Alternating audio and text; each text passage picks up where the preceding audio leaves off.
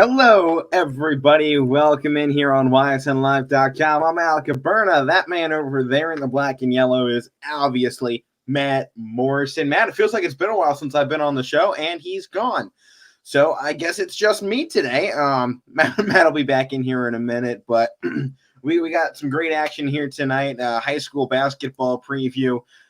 Matt and I actually headed up to Brookfield. The Liberty girls, who are ranked number 1 in our power rankings on YSN and are on a 13-0 tear to the season. They're going up against one of their biggest opponents so far, the Brookfield Warriors. Brookfield already gave it to them earlier this season. It was 54-54 game coming down in the final 30 seconds of that one. And Aaliyah Foster drives up, lays it in to win that game with 6.9 seconds left on the clock. So last time these two schools met one another, it came down to the wire. I'm expecting the same thing here tonight. Matt, as I was getting into it before there, it feels like it's been a while since I've been on the show.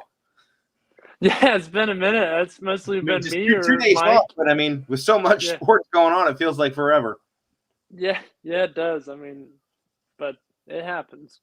All right, Matt, but getting into this game here, Brookfield taking on Liberty, this one up in girls basketball. This should be a freaking phenomenal matchup. I mean, you look at these two teams, they're both phenomenal, and Brookfield has some advantages against this Liberty team, and we saw them the last time they went up against one another.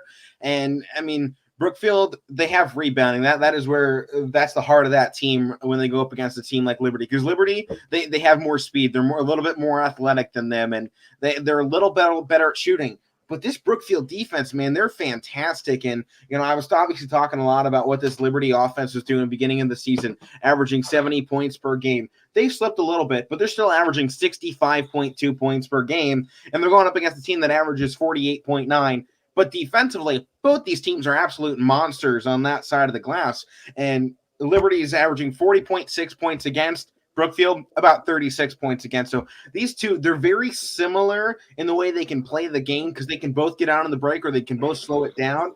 But that last matchup that I had the pleasure of calling, thankfully, so we got a little background to go into this one for round 2 of this. I mean, this feels like a world championship boxing bout right now. First one, scorer's decision right there at the end. It came down, both fighters taking shots. It was a 14-point comeback for Brookfield in the fourth quarter last time.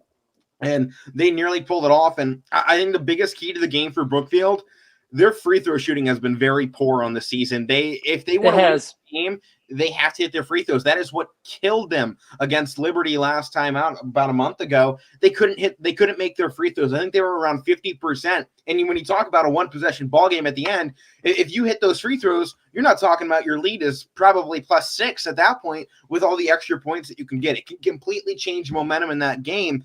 And when Brookfield was making them to start the game against Liberty, they were taking the lead. They commanded that first quarter, and Liberty would go on these little runs, but you just felt sustained drive after sustained drive down the floor for Brookfield last time out. And Liberty, they're going to come and go. They're making their runs, then they'll go cold, then they'll make another run. They're just such an explosive team based in the fast break that Brookfield needs to, 1, hit those free throws, and 2, slow down the tempo in tonight's game. Liberty is going to try and run. When they played best against Brookfield last time, it was because they were playing with numbers in space and playing with a lot of speed. Every time it seemed to get slowed down, Brookfield was climbing their way back into the game. And you felt that at the end of that one against, about a month ago, was just things slowed down. And Liberty, they weren't as confident because also their best player, Demi Watson, she was in foul trouble all game. She has to stay out of foul trouble this time if they want that win again. She fouled out of that game, and she missed pretty much all of the first half because she got up to 3-4 fouls pretty much immediately. And, I was talking to Coach Watson after that game, and it was like, those fouls were really hurting us in that game, and she felt very lucky they were able to come out with the win because of all the foul trouble that they were getting in. I mean, I think Demi Watson, when she fouled out, I think Aaliyah Foster and Sienna Smith, who were both going off in that game, I think they were both up 3-4 fouls as well. So key to this one is they have to be better defensively and not foul Brookfield in the open space because they do that a lot. This is a team that is very aggressive. Both are super aggressive defensively. They're both turning over at about an 11 times per game mark. They're both rebounding pretty much about the same. They're assisting about the same. They're stealing about the same. Brookfield's a little better there. the blocks a little bit in favor of this Brookfield team. Wellman has been key underneath all season. Yeah. You've gotten the chance to see that young star blossom. Wellman, Sophia Hook, Audrey Reardon. 8 points per game and 2.5 blocks to lead the team. I mean, that's fantastic for Wellman. I mean, she's a young player, plenty of space to develop. But the one part of this game that Brookfield has that advantage is, as I mentioned already, rebounding. If they control the boards, they can win this thing. Liberty, though, they got fighters, man. They don't have players that'll match you in size, but they got the heart of a leopard, man. They're going to come out there and they're going to fight tooth and nail. I mean, last time it was Aaliyah Foster. We'll see who it is this time. It feels like every time this team comes up, it's somebody new out of their big trio stepping up into the spotlight. Whether it's Demi Watson, Aaliyah Foster, Sienna Smith, all three girls are averaging 15-plus points per game coming into this, and they're each leading in a specific category of the team. This big three of Liberty is an all-time unit for this Liberty squad, and I hope someday that these three can get their numbers retired or their names in the Hall of Fame, because what they're doing right now with Liberty is phenomenal. It's not too often you can get three girls each averaging 15 points plus. I mean, sometimes you can get two players right up there around 15, even 17. I mean, I was calling Boardman boys basketball, and they had a Trey DePietro and Ethan Anderson, 2 6'5" guys who were absolute beasts, and those guys were only averaging like 15 each a game. So to see a group like this play so well together and have a solid big three, like it's so hard to get a big three at this level, and they've got potentially the best one. And last time out, it was Aaliyah Foster who had found a rhythm the game before against Crestview when they won 70-40 or 69-40. It was a 30-point win before it. She found a rhythm that carried over into the Brookfield game the next night, and she got in there, went off for 20-plus points. And there was one possession. I was just rewatching the game actually before the show, and there was one possession that Liberty grabbed 6 offensive rebounds in a row. They had 6 or 7 possessions, and all of it just seemed to be Aaliyah Foster underneath was just bullying Brookfield to a point. It's like, wasn't the biggest girl out there. She did not have the size. But she had that heart. But she had the heart. She wanted that more than anybody. And I think that's the biggest part going into this game tonight. The team that wants it more and is willing to fight for it, every second of that clock is going to be the one that comes out with the win. And I know you look at the records immediately and you go, this should be a really good game for Liberty. They're 13-0. I mean, Brookfield's 8-3. Kind of feel like with the struggles they've had, at least in the MVAC, because Brookfield's 3-2. They've picked up 2 of those 3 losses in MVAC grade competition. And then you got Liberty on the other side. They're 8-0. They're number 1 in the rankings for YSN, the MVAC, and, you know, they've just been absolutely dominated. They're 10th right now in Division III. They're 48th in the state. In comparison, Brookfield, they're 58 in Division III and 231st in the state. So if we see an upset here tonight, it's one of the biggest. It's going to be huge. I mean, there's 100 pandemonium that are separated between these two. So if Brookfield can pull this upset off like they almost did last time, it would be huge. But they get their home court this time. That's a huge difference. The home court is definitely a huge difference this time. That's what got, because they're going to get their fans going. These Brookfield fans, I mean, believe me, I know these fans. I mean, I've been calling this girls team. I saw this whole year road too. So I mean, they showed up in that game a little bit more actually than Liberty. I would say it was actually about an even crowd. I'm hoping when we finish this home stretch out for Liberty, they get some more fans coming down the stretch with a perfect season potentially on the line. Yeah, I mean, it's going to be a tough game. I mean, last game only came within 2 points. I mean, I actually haven't seen Wellman been playing. The last couple of girls' games, I haven't seen Wellman, so we have to check into that later. She had a lot of blocks on Demi Watson and Aaliyah Foster in that game. So, got to check into that. I mean, Reardon and Hook are playing. Those are your key players there, key players in the paint. I mean, what's her name? There's a couple great players that play great down in the paint. I'm just trying to think of her name. See, this is my team. I can't think of her names. I ran off here for 10 minutes. Anna Riker. I even mentioned yours too. I remember her name, Anna Riker. She's great down in the paint. She's good at free throws too. That's key there too. You were talking about free throws. They have to make their free throws. Reardon has to get hot. Hook has to get hot. Hook can get hot on the outside and then drive inside and put up those raindrop floaters that we've seen. Magnificent. We saw them in the Cleveland game that we called. And I'm guaranteed we're going to see him again tonight. Reardon, she brings a physical play. So she will rough you. She'll get down into the paint.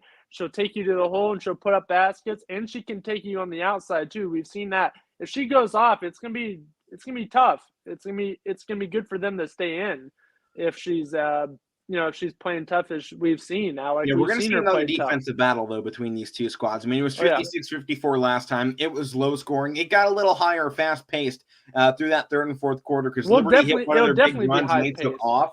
But, coming into this game, we're a little bit later into the season. Both teams are a little bit more tired. That was the 5th or 6th win for Liberty on the season. Yeah, so there's been a month or two of play in between that, with Christmas break as well, or winter break, pardon me, and the new year. A lot of things have been going on over this last month. So I'm interested to see how these two teams react. I think one of the biggest keys to this game, outside of turnovers, which are always the biggest key to a game, because both of these teams love stealing the ball and they love to score in transition. And foul trouble. I mean, fouls are going to be huge with free throws. Whoever wins that battle has a good shot. But I think the most important one that's kind of under the radar a little bit is we know both teams can score underneath and inside. 3-point shooting. I need to see that go off because there was a lot of times in the game earlier this season that both teams were ice from outside. They could not hit it. If one of these teams can heat up in this game, like I know they both can, whether it's Gibson, Katie Gibson, if she can start going off from three. Katie Gibson, look out for her to. She's a great free throw shooter as well, and look for her to get some steals as well too. Sorry to cut in. Look for her to steal the ball. Past couple games I've called, she has a couple steals here and there. She's a great defensive player too. She plays tight man-to-man defense, and this is going to be key for against Liberty. They might fall into that zone though, because if Liberty runs on them too much, the man-to-man won't work. They have to go in the zone. They're good in that zone defense too. And look out for them in the 2-3 defense too. I like when they run that. That's a great defense. Matt, one of the biggest things in this game, you're not going to get a chance to set up too many defensive possessions around it. So it's going to be a lot of because it's fast. Right. Both these teams want to go back and forth. Brookfield, I feel like they need to slow this down. I feel like they're a better half-court team. If they can set up, they can run plays. I feel like maybe the fundamentals are a little bit more there because, you've talked to their coach. He's a pretty good outside shooter, He's not a super athletic guy, but he can throw them up, and he's taught this team exactly how to do that. So they're a pretty good 3-point shooting team, and I feel like with some of the plays that they can draw, they can catch Liberty, who's a very mature group, a very fundamentally sound group, to make a few mental mistakes in there. So I think they can take advantage of some half-court sets, and I think if they can set up defensively against Liberty and make them run a half-court offense, they got a little bit more rebounding edge inside. And Liberty, they can be a little trigger happy sometimes with their shooting. They'll run it in there and throw it up because all these girls got extreme confidence. I mean, the confidence to the max. I mean, it's amazing. It hits the ceiling and through. Yeah. They're busting through the ceiling. Their confidence is phenomenal. So they believe even if they miss that shot, they can either grab the rebound and put it back in, or they're that good on the other side, they're going to steal it right back and put it in anyway. Yeah. I love the confidence with Liberty, and I'm very excited to talk to the coach before the game and, see what's been going on these last months, because it's been a while since I called, because they've had a lot of road games in here, and this is one of their final 2 road games. So it feels like they get through this one a little bit of an easier road, because they got 4 straight games at home and then one more at Campbell Memorial, I think it is, to finish out the season, who they already beat. I think it was 50-something to 11. So they're definitely on a pretty good stretch. They got Garfield coming up too, though. So if they can get past Brookfield, but I don't think they're even looking ahead at this moment. It's Brookfield or bust right now for Liberty. I know. And viewers, whoever's watching right now, you can tell that we are both very hyped about this game because we have burned 15 minutes talking about it. It's going to be a huge game tonight. Yeah, it better be, man. We're hyping it up enough, right? By Brookfield. Man, they're not going to keep them off the court tonight, man. I'll go out there. Oh, my God. I've been dreaming about this, this one final shot. It'll come down to the final shot like it did last time. Oh, my goodness. This is a broadcaster's dream to call games like these. I mean, these are the ones we build up for. We're hyping this game up. Hopefully it's a good game. No blowouts. It was last time. So, hopefully it's a mirror. Imagine it will be. Hopefully it mirrors the last rematch. So it's going to be sweet. It's going to be sweet. Right. I can talk about this the whole show, but we probably could dedicate a whole show to this one because, we're going to be talking about it for an hour and a half, 2 hours tonight during the game. If you want to tune into that, ysnlive.com, 7 p.m. tonight from Brookfield. The Liberty Leopards' perfect season on the line. against a team that nearly pulled the upset last time. Matt, this is gonna be the game, and I got pages of notes here ready to go for tonight. I'm gonna pull up my laptop, grab every stat I can for this one. It should be all-out warfare, man. This should be exciting, fast-paced. If you like offense, tune in. You like defense, tune in. If you like basketball, tune in. If you don't like basketball, tune in. If you like hard-nosed basketball, tune in. You will see some scuffles, I bet. If you just want to see some ladies go out there and play with heart, man, that's the thing. Some teams, they got all the talent in the world, but they got no heart. These teams got talent and heart, and that makes them dangerous. Absolutely. They're like Rudy. Exactly. They're like Rudy. All right. Well, that game tonight, you can hear Matt and I with a little bit more of that on the call tonight in Brookfield. The broadcasters reunited, Matt. We haven't called together since, I think, football season. So no. We were in Cleveland. We were in Cleveland. That was the last time. But Brookfield, people that listen to us, especially during basketball, there's like no color commentary. It's just like two play-by-plays calling the game. That's what it's going to be like. There's no color. We just throw in what we think will be good to the broadcast, and that's how we're going to do it. That's what's going to make this broadcast even better. And we got that tonight. Chemistry too. No, go Warriors, man. we got internal affairs going on. Leopards versus the Warriors. All right, well, let's move it on here in the show. I got a little bit to go to. So we're going into the way too early top 10s for 2022, this next college football season. It's a little early to look ahead, but I mean, ESPN dropped theirs directly after the finish of the college football championship game between Georgia and Alabama. So we've given a little bit more of a grace period. So I guess we can go into it now here. Matt, is there any team, before we get into the rankings, that you're really looking forward to seeing what they can do this next season? Besides, honestly, in the Lions. Oh man, you can't let me talk about Penn State. I mean, I am excited about them. Right. We're bringing in some huge recruits. Drew Alar. I'm sure he'll take over the reins at quarterback very soon. I know Clifford's coming back. We got that great running back coming in, Singleton. He'll be great. So keep an eye out for those guys. I like to see what can come from my beyond Penn State though. Who you got that you're looking out for? Honestly, I mean, you gotta look at USC. I know they're not even in this. I didn't put them in this ranking, and I feel bad now. But I mean, they got a great coach coming in. I mean, and they're getting a ton of Lincoln transfers Riley as well. Huh? They're getting a ton of transfers from Oklahoma. Yeah. I mean, most of the big players that are either graduated and going to the draft, or they're going to USC from Oklahoma. So while there's some people staying there, I think USC is about to have a huge jump in their play this season. Absolutely. And another team I'm excited for, honestly, Texas. I Quinn Ewers coming in there. They get another one too. We still haven't found out where Manning is going.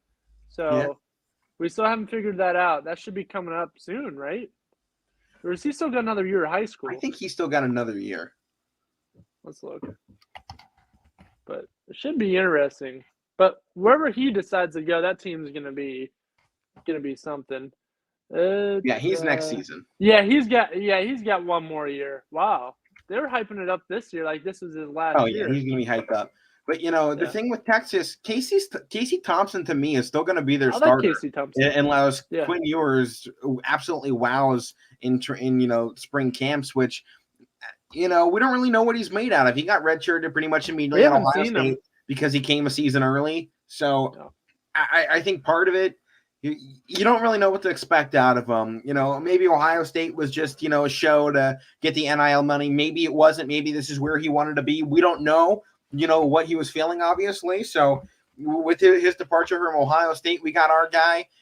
I'm interested to see what he can do, but I feel like until he proves himself as a quarterback, you can't just hand him the job. That's what we did to Spencer Rattler, and that fell apart, man. That everyone Spencer Rattler, high rating, boom, throw him in there. It'll be great. Oklahoma back to the Natty, and it fell apart for them. And he gets replaced. He gets taken out of there. So I think Spencer Rattler is definitely a prime example of what can go wrong for a situation like this. And he just transferred down to South Carolina, so we'll see if he can turn things around down there. But I think you have to be careful with just giving Quinn Ewers this job over a guy like Caleb Williams, who proved himself in a lot of big moments last season. So I definitely think He's got Casey plenty of Thompson. He's a young man, and his family has ties to Texas. So I don't think it's going to be right? Yeah, Casey Thompson. I don't think it's just set and done that Quinn Ewers is going to be the starter come next fall. Yeah, but I mean, eventually it's just cool that he's going there. Nate Martell should have been the starter at Miami, but he wasn't that good. Oh god. And nobody knew what to expect out of Nate Martell until he went to Miami, and then he played like crap, went to wide receiver, still played like crap, went to UNLV, and no one's seen or heard from him ever since. Did you hear about this? I guess he officially retired. There you go. Let me check on that. Everybody's saying like he was like the best high school player ever. Right. No, he was one. Bishop Norman, under his control, was one of the best programs in the country. They were a national program. Yeah, he's officially retired from football. He's done. And that's a prime example of what we're talking about here. You never know, especially, we're talking multiple guys that are Ohio State transfers. It turned out for Joe Burrow well, but it's not going to be the case for everybody. Not everybody is going to move and get a championship. I'm sure he can play just fine. He was clearly a high rating. He's going to a Steve Sarkisian offense, who is obviously creative, but it didn't really work very well this season. No. So I'm interested to see what they can do, but I don't have high confidence in that Texas team. To me, I think some of those teams you got to watch out for. I think Cincinnati, again, I think they're going to be a little bit less than what they were, not having their 4-year quarterback in there with Desmond Ridder and Sauce Gardner. Two top corners. I think they're going to have a little bit of fall off. I think they're going to be good, but the team I got to show out here, maybe a little bit of a hype. Yeah, give it the shot that clears. I got to throw it up here on the show every time we talk football. So, that's a team definitely to look at. One of your group of 5 teams that'll have a good season. But to me, I had USC still up there. I think Baylor's set for another good year. I know they're losing some guys, but I think they're just building something down there. And you've seen them continue just to have strong seasons year in and year out. They're not always number 1, but they're always seemingly 3 or 2 or 4 in the Big 12. So I think they're a team that now they've got that Big 12 championship under their belt. I think it's a team ready to make a tear. So I like Baylor. Another one, Michigan State, man. Second year under, or those will be 3rd year now under the new head coach. I think it's going to turn out. Yeah, Mel Tucker. I think it's going to turn out very well. I feel like they've really they're losing Walker, but look what he's done. Look what Tucker's done. Yeah, the loss of Kenneth Walker will hurt, but I definitely think there's more to it. Oh, yeah. Oh, absolutely. Yeah, I think we might see a little bit of a resurgence, though, from the Pac-12, and I think that's good for football because they've been flat out abysmal the last few years. Ever since Oregon lost to – really, this is it. Ohio State beat Oregon in the national championship game, and it felt like since then the Pac-12 has kind of been going downhill. A little bit. It really felt like the end of an era when Oregon got knocked out, when Ohio State took it home. And then, Ohio State went on to beat USC the year after, Washington the year after that, I think it was. And they just win the Rose Bowl again over the Pac-12 in Utah. Ohio State's dominated the Pac-12, and it just feels like every time it hurts the Pac-12 even more. So I hope they can get a little bit of a resurgence, but – another team that didn't actually make the top 10 that I think is an interesting one to potentially shoot up here on it, Wake Forest. Aren't they losing Hartman now? They're losing Sam Hartman, yeah, but look at Wake Forest the last few years. We've been hyping them up to the first 8 games of the season, it seems, these last few years, and Sam Hartman's, that's going to hurt the Laws, but you expect a Division I team like them coming off, ACC championship play to be able to replace that level of talent, at least in a year or two. I think Wake Forest is definitely a team to look at, though. Yeah, hopefully they get some good defensive recruits. Yeah, so these are our teams. They did not make the top 10, but others receiving votes. Oregon, LSU, USC, and Utah. 3 Pac-12 teams in there. And then LSU. Matt, that was your doing. I'm not 100% confident on that LSU team. I think they got a lot of proving to do before they get any votes in my book on it. I agree with that, but I think it's cool, Brian Kelly. What he's done at Notre Dame. I was kind of pissed off that he left Notre Dame, but I like LSU too. So I guess it works. But he should just drop the fake accent, though. that was bad. Yeah, we'll get into that as off season, whatever. But obviously, Oregon, they're a strong team. USC bringing in a bunch of new recruits. We'll see how that works. And then I'm expecting Utah to be about the same. I mean, they're going to lose some players, yeah, but it just feels like that area of the country is just a reloading station. I mean, it feels like these last few years, they've just kind of been turning through some pretty good talents, and they keep finding ways to win. And with the strength of that defense, I don't have any problem putting them right back up here in the top 10, probably start of the season for a preseason bowls. I'm expecting a lot of change here. And I think the one big question when we go into this top 10, it falls with what happens with Jim Harbaugh in Michigan. I think that's one of the biggest impacts of this offseason, what happens in that department with potential of going to the NFL. But with that being said, Matt, let's get in here. Number 10 on the list, the Clemson Tigers finding their way back into the top 10 here, despite, a less than perfect season. It wasn't bad. I mean, it definitely 9-3, which is what Nick Saban did when he had his bad season a couple, 2-3 years ago. They went 9-3. They were a 3-loss team. Everyone went, Saban era's over. Everyone's going again. Oh, Clemson's dead. It's over. Woohoo! No, I didn't have them in my top 10.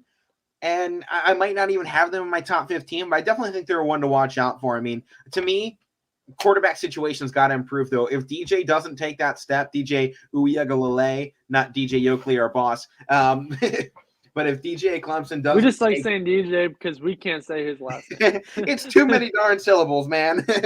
But DJ Ukulele, right?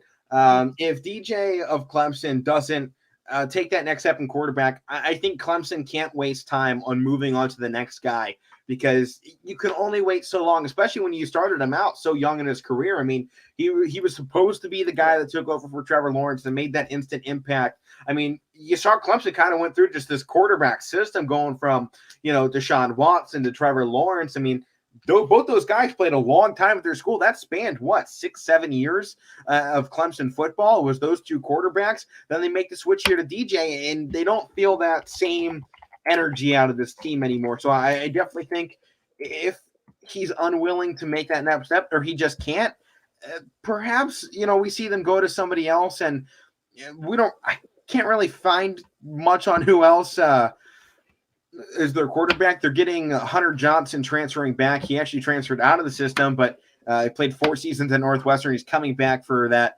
5th-year player, and we know Clemson doesn't like the transfer portal, so we probably won't see too much coming out of it.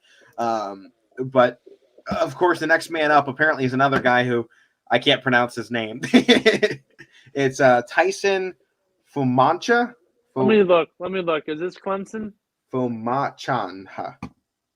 I have no idea how to say that one. Well, let me say. Sophomore quarterback out of Bridgeport, Connecticut. I know the first name. Oh my gosh. Tyson. That's a lot of letters. It's a lot of letters for there to only be 2 vowels. Oh, here it is. It's pronounced Pumachan. Okay. Pumachan. That's what it says here. Yeah, I mean, all right, if you found something that, say it. But, yeah, Tyson Pumachan or Will Taylor, they got some guys back there, and I'm sure they can figure something out. DJ is probably the guy they go to, but I'm definitely interested to see if they can make some changes potentially there and find something to do with this offense, because you saw this offense last year. It went nowhere, man. They couldn't score. Their defense was winning them games, and you kind of saw that toward the end of Trevor Lawrence's tenure. When he was injured in those few games and DJ came in, the offense struggled, and it came down to the defense winning a lot of games. And there's a loss right there, because their defensive coordinator, Brent Venables, is now the new head coach at Oklahoma. And Brent Venables, even though I dislike him with a great deal, is probably one of the best defensive coordinators in college football. He knows how to draw it up, and that's something LSU needs, and Clemson obviously used it to perfection, really making a dynasty of their own, rivaling Nick Saban. Yeah. Yep. All right, well, moving on. Mel Tucker squad, the Michigan State Spartans, making a list here at number 9. They're coming off a phenomenal season, man. And, you just look back at where we had them in the top 25 polls. They came in at number 9. And the loss of Kenneth Walker, clearly not hurting them. They get to keep right in their spot. And I'm very interested to see what this team can do. I had them sitting up at 6th place in my ranking, so that's why they ended up making it in here. We had a couple disagreements down at the bottom, so obviously those 4 teams get cut off. This one makes the cut. So to me, I think this Michigan State team has a very high ceiling, and Peyton Thorne's going to be an experienced guy, And I feel like Mel Tucker's bringing something to the table here.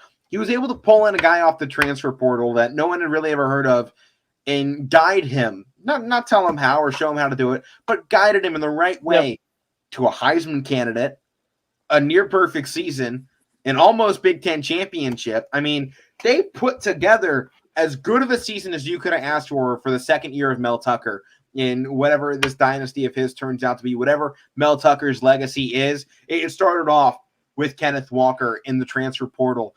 And I think that maybe it's one of the hidden blessings of this transfer portal, especially when you're bringing in a new coach and you're able to go back in, say he's coming from another system, and go, hey, man, you want to come play for me instead? I can give you a starting job instead of you sitting behind 3 other guys for 4 years. It's opening up spots for guys that are maybe stuck a little bit too deep in some really deep rosters.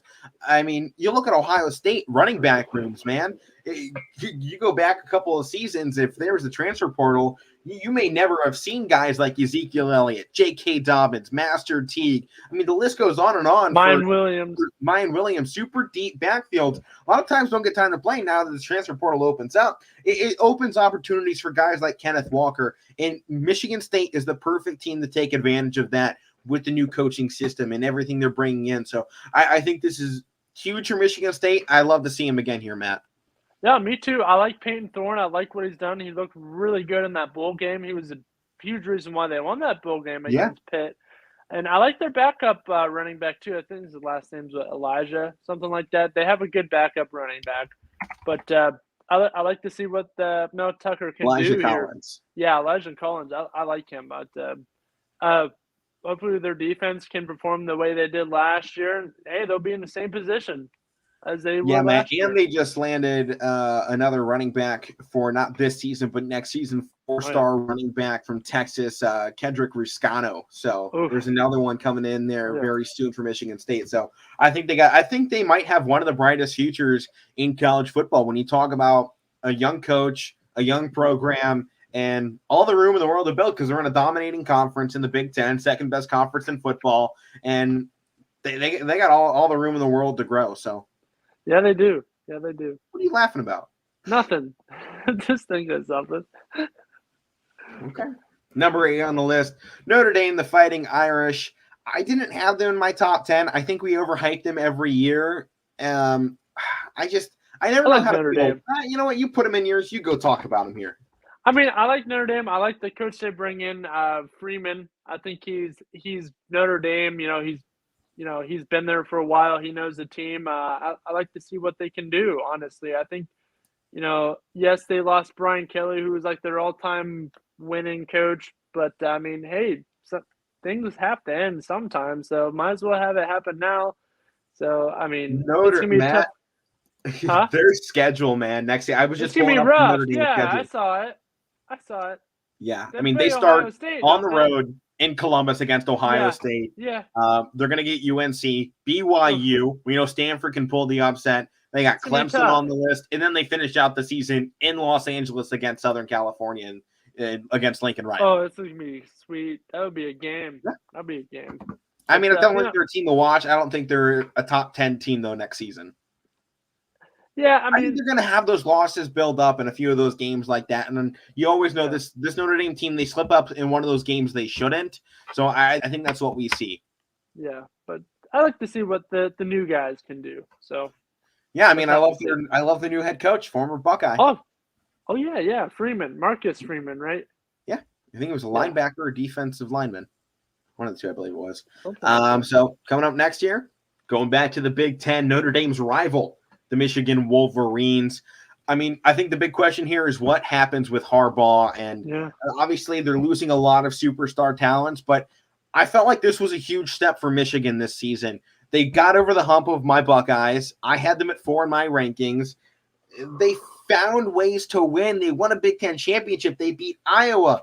And to me, the one thing they didn't do was beat little brother in Michigan State. So I think they have one more goal to hit. But it's off to the races now. It feels like they finally cleansed the palate of all the errors of the last 20 years. It feels like they've taken a step into fresh air. So I think this is great for the rivalry between Ohio State and Michigan, that they can get back into some winning ways and actually be competitive. And now it's not a foregone conclusion that Ohio State's going to win that game in the final week of the season. So I think that's huge. But I feel like even with the losses, people have confidence again in Ann Arbor. And I think that's something that's been missing from them and from the rivalry for so long.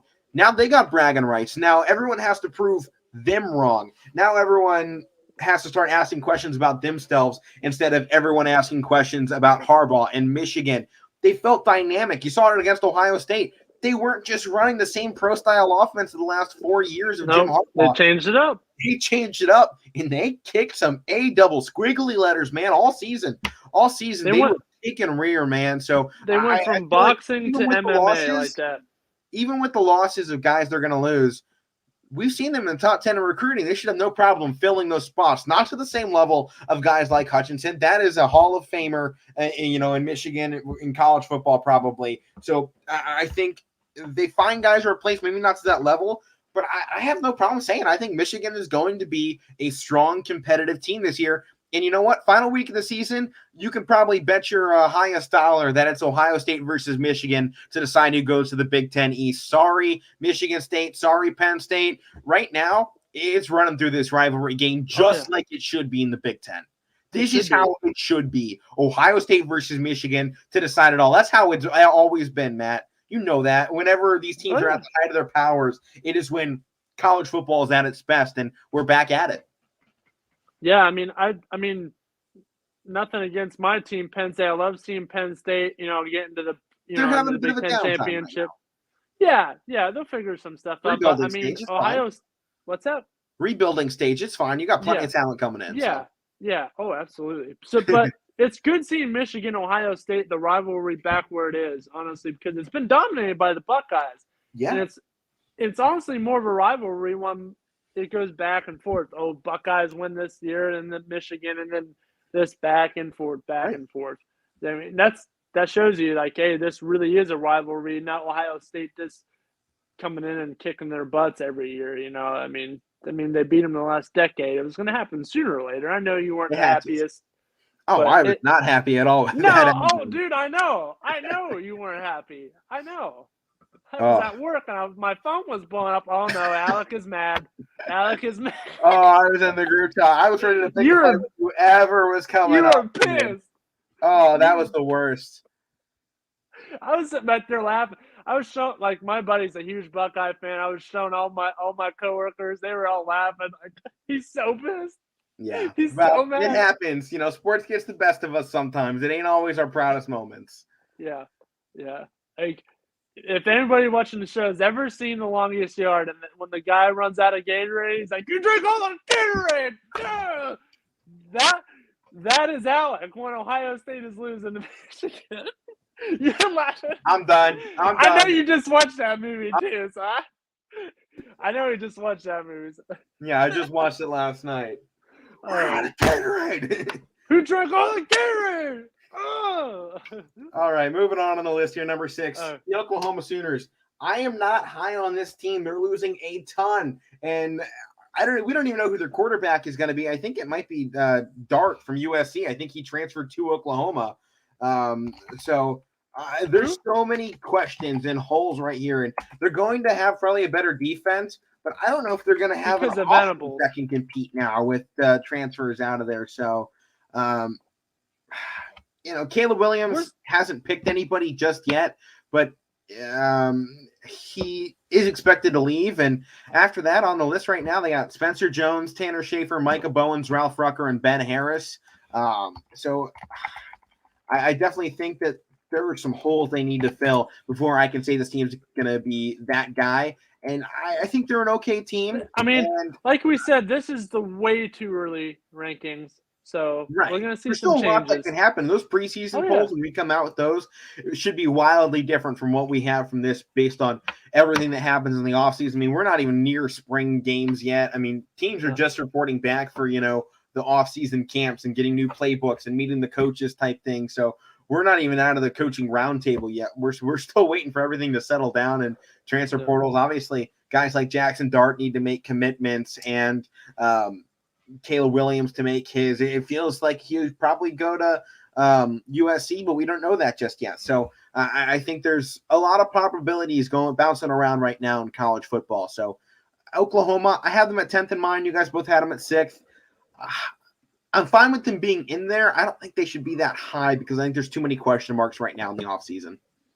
Yeah, I mean, I totally agree with that. The main reason why I have them on here this high is because of Brent Venables and what he can do to build that defense. And I like to see what he can pull out of his. And Matt, you see defense be huge in the Big 12 these last two seasons with the Iowa State and Baylor. Baylor just won the championship with a fantastic defense and a pretty average offense. So, I mean, Oklahoma can definitely win it with defense. Oh, yeah. The Big 12 is experiencing a big change. Yeah, it's gonna be a huge change. But I like to see what he can do there. Like you just said, we've seen. I mean, bad offenses or average offenses, but their defense is stout. Defense wins championships, and Brent Venables knows how to do that. So. All right, moving on here. Number 5, Baylor Bears. Man, they're 5th on this list. They came in 4th of college basketball rankings. So. Or pardon me, they were actually 5th in college basketball rankings this week as well. So, or at least in mine, they were 4th overall. Sorry. And so, I mean, if both teams can end up top 5 by the end of this year, I think Baylor's well on their way to building themselves a freaking dynasty program down there in Waco.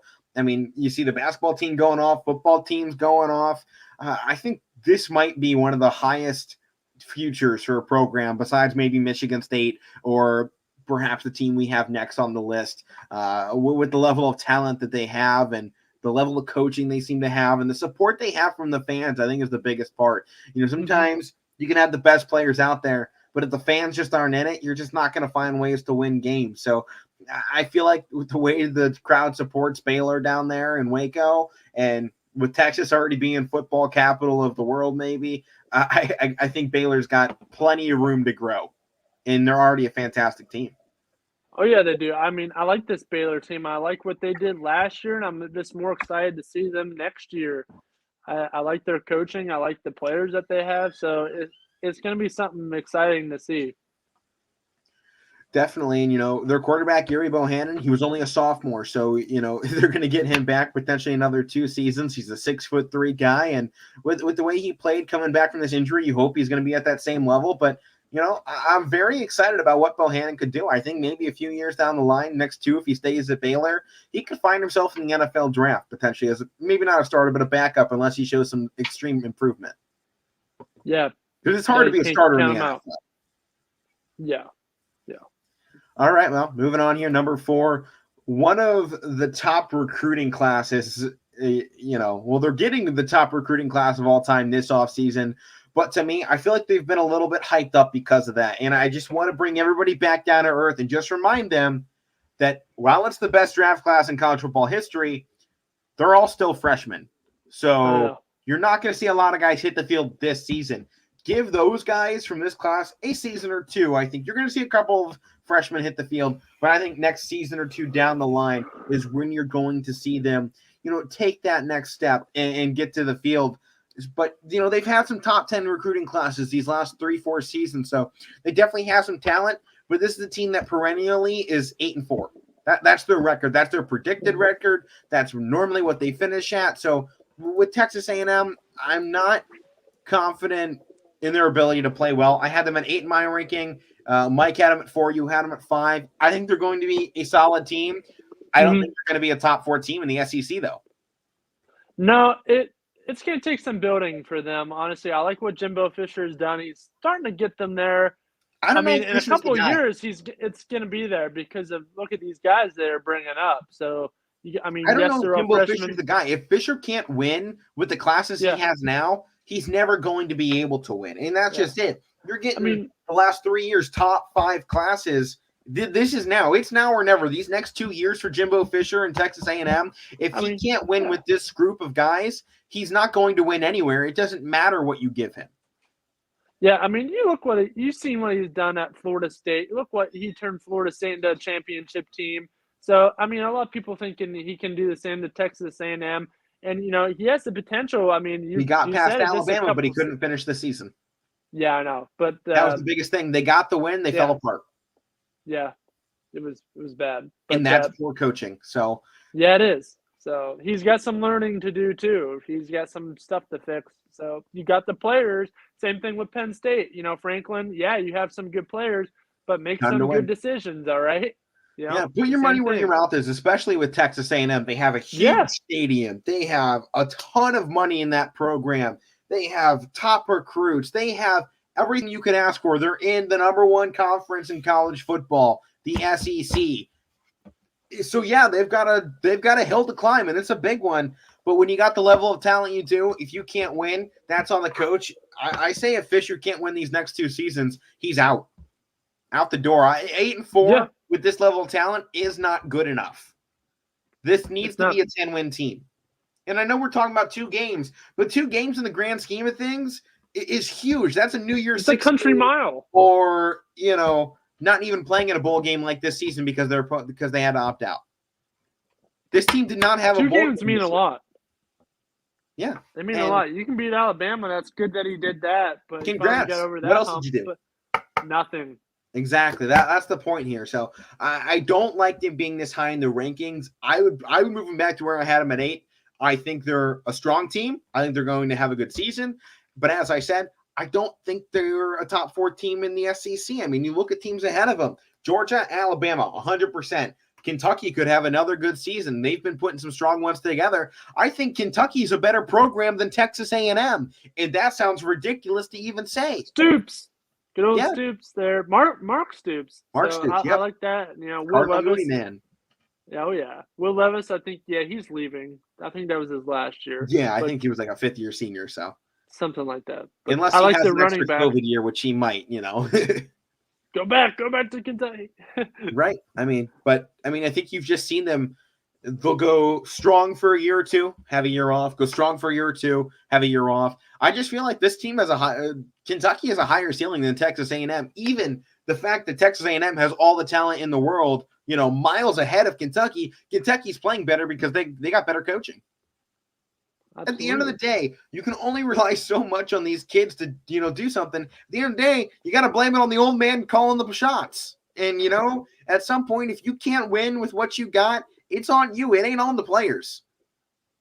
You got that right. If you can't develop them, this was the same thing we said about Jim Harbaugh at Michigan. If you couldn't develop players from raw high school, very talented, to putting them into an actual NFL caliber player, you don't deserve to be at a Power 5 school like Michigan. Jimbo Fisher, if he can't turn these guys, these top recruits of all time into NFL caliber positions, you just don't deserve to be there. If you can't find ways to win with this level of talent, then your program is going to go like this. You're going to be flatlined for the rest of your history. It's time to start going up, going down, because you can't do this. This does nothing for a program, because this ends up leading to that. Yep, that's true. All right, moving on here. Keep going. Ohio State. Man, the top 3 seems simple, right? Ohio State, Alabama, Georgia. It's just the order, and you can probably flip a coin to decide it. I got the Buckeyes here at 3. I'm interested to see what they can do. Second season of Travion Henderson. Second season with our quarterback, C.J. Stroud. Get another chance to see Jackson Smith-Njigba. Oh, my God. Cannot wait for that. Listen, Marvin Harrison is – that's going to be awesome. Julian Fleming, Emeka Egbuka. I hope none of these guys transfer because Ohio State's about to have the best wide receiver class in back-to-back seasons.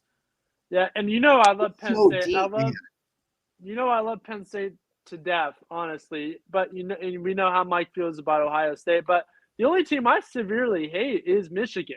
Like I can't stand Michigan at all. But Ohio State, I don't dislike them at all. I like their players.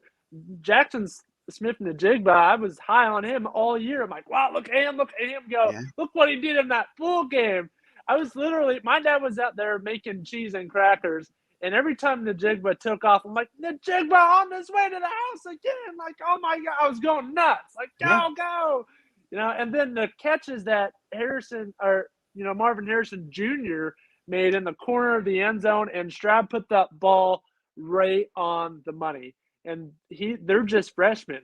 they're like, this team's dangerous. These are freshman kids. They're barely out of high school, and he's making dime throws like that in the Rose Bowl. Right. Like, And Ohio State actually just got back one of our top offensive linemen as well. But I think the big guy on our offense who's 6'8", he's coming back for his final season because he feels like he's not ready for the NFL. So he's going to come back, and Ohio State's going to once again have a 6'8" man on the front line. So do you like that? I want to see the jump a second season, though, out of those defensive ends and JTT and Jack Sawyer. Those guys need to have a big season this year. They were touted to be the next Bosa's and the next Young. It's time to step up into that role. Second year, I'm expecting it. No Haskell Garrett. Someone's got to take over that job for him. I hope Ohio State's second year gets a little better. Ryan Day has not messed around. He pretty much fired everybody on defense. Yeah. And then even offensively, okay, it's time for some changes because that O-line, they were tragic, and he's been bringing in new guys. He promotes Brian Hartline to play calling duties, and this team eventually Hartline will become offensive coordinator, I believe. Yeah, and then someday he's going to be a head coach somewhere, and he's going to win a championship. This guy, wherever he goes, players follow. People want to work with Brian Hartline. He's a one of a kind coach. I mean, it's hard to find guys that, have the experience he does at still such a young age, and he knows how to give it to people. Because you can have people with all the experience in the world, have been at the NFL level, and they come out, and, they're a little bit about themselves, Tony Romo. And, they don't want to share that with other people. And I feel like this is such a game where it's paying it forward. And that's what Brian Hartline is doing for these Buckeye receivers. He's taken everything he learned and he's giving it right back to them. And I think he's going to be on a very similar path as, potentially Mike Vrabel, Tennessee's head coach. Or head coach of the year. Luke Fickell, Marcus Freeman at Notre Dame. We're talking about a lot of Buckeyes. These guys all have that willingness to pay it forward. So I think that's one of the biggest things Ohio State has is they got coaches willing to do it. Eddie George. Right, Eddie George. Throw Eddie George in there. I think just Ohio State, I feel like part of the team is coming to the end of its powers, like Larry Johnson, our defensive line coach. Probably set to retire in these next 2-3 years. He's aging up there. The line's decreasing a little bit in their powers. So it's probably the end of his line. If Ohio State wins a championship in the next 2 years, it's probably when you'll see him call it a quits. He'll go down as an all-time legend. But I feel like Ohio State. For Penn State and Ohio State. Right. I feel like, he can really reach the height of his power. Ohio State can really reach the height of their power with a season like this. I think they got the chance. I think C.J. Stroud was robbed from the Heisman, honestly. I think he had a better year than Bryce Young. He played one last game, far less quarters, and their numbers was pretty much identical. So I think that tells you everything it needs to about the media. I have a huge feeling Bryce Young is going to get pushed the entire season as the Heisman candidate so that Alabama can claim now to have one of two-time Heisman Trophy winners. I have this feeling with the way the media is pushing Bryce Young right now as this superstar, young quarterback. I mean, he won it in his sophomore season. So I definitely think like that. I'm going to make a bold statement here right now. You could have picked any out of all the players there, Bryce Young, Aiden Hutchinson, Kenny Pickett, or Stroud. Was there one more? Or was it just those guys? You could have picked anybody else except Bryce Young, and it would have been a solid Heisman pick. I think Young's a solid Heisman pick, but I definitely think there was guys that I think were better. Yeah. Who did more. Yeah. I mean, Alabama, with any other quarterback, do just as good. And that's the simple fact of it. Exactly. Without Pickett, Pitt would have been garbage. Okay. Without Hutchinson, they had no pass rush. I mean, C.J. Stroud was definitely Ohio the best State's going to another freshman quarterback. Yeah. Stroud was the best option right there. Yeah, Ohio State don't know how you freshman quarterback who's never thrown a football in college football. Let's put him in as my starter and see what happens. And he takes them. You won the Rose Bowl. To the Rose Bowl. Their defense needs some help. I like to see how Denzel Burke forms, and I think Burke he's going to be a great player. Ronnie Hickman as well. Oh yeah, Hickman too. They're going to have Ronnie the Hitman Hickman. Oh man.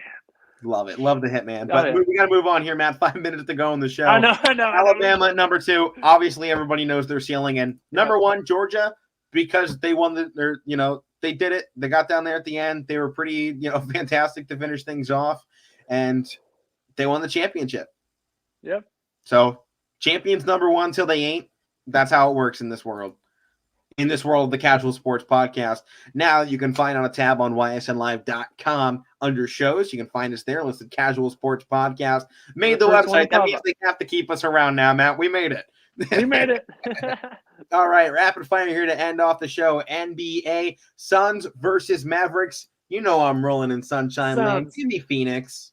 I love the Suns, man. My favorite team in the West. I know.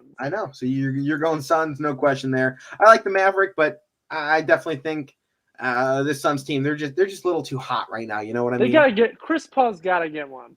He just has to. I was just so like sad last. I have nothing against Giannis or Milwaukee, but Chris Paul needs one. He needs one, and he's doing it with anybody besides the Lakers. Like all these guys jumping on the Lakers to try and get a ring. Chris Paul brought a horrible Suns team back into fruition. I know they had Booker and Ayton, but Paul is the glue. So it's great to see what he's doing. We got to finish this thing off with the worst game of the day in the NHL, but we got to look at them a little bit. Seattle Kraken, they're not having too great of a season. You expected that of a team, on the expansion list because everyone knows what happened with Las Vegas. We talked that one to death on how the expansion rules have changed since then, and theirs was very much in favor of Las Vegas. So with that being said, they're taking on the San Jose Sharks, fourth in the Pacific. We're both taking the Sharks in this game. It's pretty much no doubter. But I just wanted to point out the Kraken that they do still exist. Not having the best season. They have a negative. They have some good players that they can. They're 1-8-1, but I think they got some young talent, Matt. They do have some young talent, and they have some veteran guys too to mentor too. So they just need to get a couple more younger guys in there that can they learn just from beat your guys. Blackhawks as well in shootouts. Yeah, I know. They did. I was mad. Blackhawks, they need some younger guys too that Patrick Kane can work with and stuff like that. And so we'll just have to see with them. They need to get a little bit younger. Like I know Fleury's one of the top goalies, but I mean he's getting old. All right. Well, that is going to do it for us on the Casual Sports Podcast, but we're not done for the day. If you want to see more of us, check us out 7 p.m. Brookfield Girls hosting the undefeated 13-0 Liberty Leopards on YSN. You can tune into that one tonight. Game of the night, without a doubt. Should be phenomenal, if not game of the week or game of the month, maybe. It hopefully lives up to the hype we're billing it as, but that's going to do it here. I'm Alek Koberna. That's Matt Morrison. Power Hour up next on YSN. Tune in there. We'll see you later.